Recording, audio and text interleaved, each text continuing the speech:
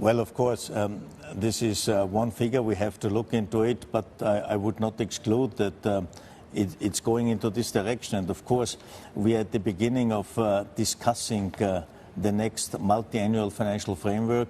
In Europe, we have something unique. We have a 7 years budget, and ahead of this next 7 years budget, which will start in 2028, we are discussing what has to be done in order to support the European economy to get more competitive. And of course, there are different funding sources. Our President von der Leyen yesterday, when the report was presenting, was rightly referring to new own resources, which we have already discussed, which are already on the table, proposed by the Commission. There are also opportunities to continue what we are doing just now, and why I'm here in the region in Singapore now, and I will further go to Manila to promote European bonds in order to finance all this. But it's also about creating the necessary investment climate amongst our member states for private investments. And here we are talking, for instance, about tax incentives. So it's let's say, a basket of measures we have to take.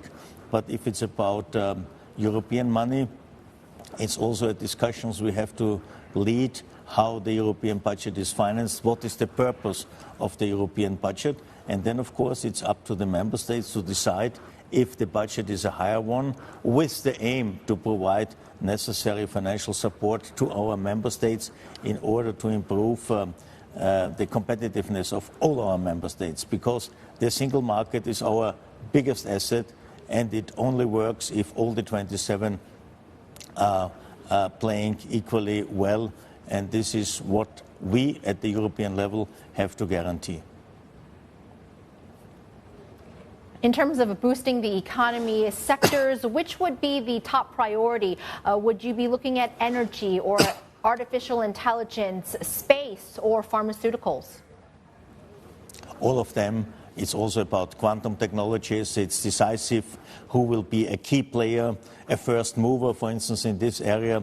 And this is what we are doing now, is deciding our performance and our impact and our relevance and influence in the next decades. So we have to invest, for instance, in quantum technologies, in digitalization, but also in the green transition, which is extremely important, not only for Europe, but for the entire world. But here we have the technologies. Here we have to support our economies, our businesses to be even more competitive and to offer their products, their services around the world.